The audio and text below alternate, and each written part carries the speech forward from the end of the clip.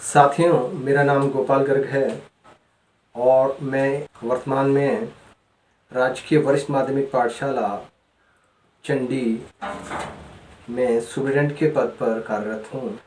Curfew के दौरान मुझे ऐसा लगा कि मुझे राजनीतिक विज्ञान, खासकर हिमाचल प्रदेश शिक्षा बोर्ड के तहत जो विषय राजनीतिक विज्ञान कक्षा +1 में पढ़ाया जा रहा है, उस विषय को बच्चों की सहायता के लिए मैं कुछ अपना योगदान दे सकूं, इसलिए मैंने ये एक इंट्रोडक्टरी लेक्चर तैयार कर रखा है।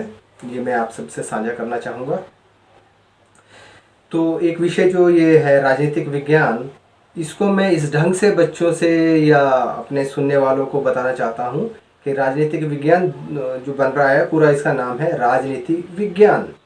फिलहाल हम इस विषय को शाब्दिक नज़रिए से और इसके पीछे छुपे हुए अर्थों के हिसाब से इसे जानने की कोशिश करेंगे।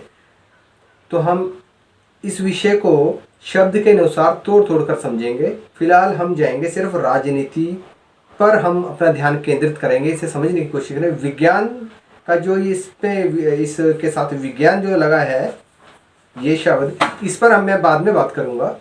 फिलहाल हम राजनीति पर जाते हैं। तो साथियों, ये जो राजनीति विज्ञान है, आप देख रहे हैं कि विषय का नाम राजनीति विज्ञान है और इस पर हम इसको तोड़ के इसको समझने की कोशिश करेंगे। साथियों, आप देख रहे हैं कि राजनीति दो शब्दों से मिलकर राज जमा नीति शब्द से मिलकर बन रहा है। साथियों, राज करने का मतलब है शासन करना, और शासन करना भी प्रश्न उठता है कि शासन करना या राज करना आखिर होता क्या है। कि शासन करना क्या होता है कि उत्पादन के साधनों को और आर्थिक नीतियों को अपने नियंत्रण में लेना। उत्पादन के साधन होते क्या हैं साथियों? उत्पादन के साधन सीमित हैं और वो हैं भूमि। जब उत्पादन के साधन भूमि की हम बात करते हैं, तो भूमि की जब हम बात करेंगे तो उसमें नदियाँ, वन, जितने भी प्राकृतिक संपदा विद्यमान है, वो सब भूमि में हम उसको ले लेंगे। इसके बाद लेबर या मजदूर, इनको भी वो अपने नियंत्रण में लेना चाहेगा। किस तरह से? लेबर कानून या लेबर लॉज के सहायता से।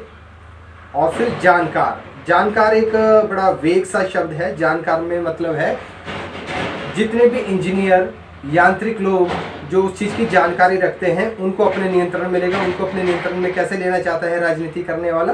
कानून के सहारे से। और उद्यमियों को अपने नियंत्रण में लेना चाहता है। राजनीति करते हुए सत्ता के एक ऐसे स्तर पर पहुंचने का मतलब ये होता है कि वो धन और सेना को अपने नियंत्रण में लेना चाह रहा है। धन से वो अपने इच्छा अनुसार ये अपनी नीतियों के अनुसार शासन करेगा, और यदि उसकी नीतियों और उसके शासन, उसकी कमांड को कोई नहीं मानता है, तो उसे मनवाने के लिए उसे सेना की आवश्यकता पड़ती है। क्योंकि वो जो कमांड करेगा, वो जो कहेगा, जो आदेश देगा, उन आदेशों की अगर अवहेलना होती है तो उसे मनवाने के लिए उसे सेना की आवश्यकता पड़ती है। इसलिए वो धन और सेना को भी अपने नियंत्रण में लेना चाहता है। और साथियों, पहले मैंने बात की थी आपसे कि उत्पादन के साधन, उसमें एक जो उत्पादन का साधन होता है वो धन कहना मैं आपसे भूल गया था, तो वो आप ये समझ ले कि वो धन, क्योंकि किसी भी नीति को, अर्थनीति हो या किसी भी तरह की शासन नीति हो, उन्हें लागू करवाने के लिए धन की आवश्यकता रहती है। इस वजह से वो धन भी नियंत्रण है। ये जो उत्पादन का साधन होता है, ये धन भी होता है। तो साथियों, ये तो बात रहा कि राजनीति में राज शब्द का मतलब क्या है। अब इसी के साथ जो जुड़ के बनता है वो है नीति। मैंने राजनीति का एक हिस्सा, जो दो शब्द बनते हैं, उसका एक हिस्सा नीति है।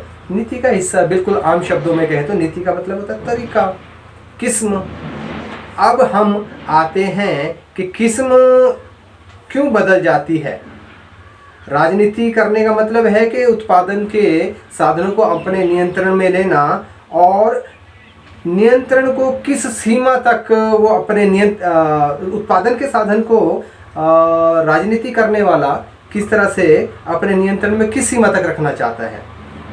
और साथियों, इसी से शासन की प्रणाली क्या होगी, राज्य का स्वरूप क्या होगा, यही फर्क पड़ जाता है। यदि उत्पादन के साधनों को राजनीति की परम अवस्था या परम सत्ता में आने के बाद वह लोगों के मत से, लोगों की सहमति से उनको अपने नियंत्रण में रखता है उत्पादन के साधनों को, तो वो लोकतंत्र या प्रजातंत्र हो जाएगा। यदि उत्पादन के साधन को राजनीति द्वारा परम सत्ता पर पहुंचा व्यक्ति या सरकार सबके हित में ध्यान में रखते हुए बहुत ज़्यादा नियंत्रण रखना चाहेगी, तो वो समाजवाद हो जाएगा। और उत्पादन के साधनों पर वो बहुत ही अति नियंत्रण रखना चाहेगा, तो वो साम्यवाद हो जाएगा। तो समाजवाद और साम्यवाद लगभग मिलते जुलते व्यवस्थाएं हैं।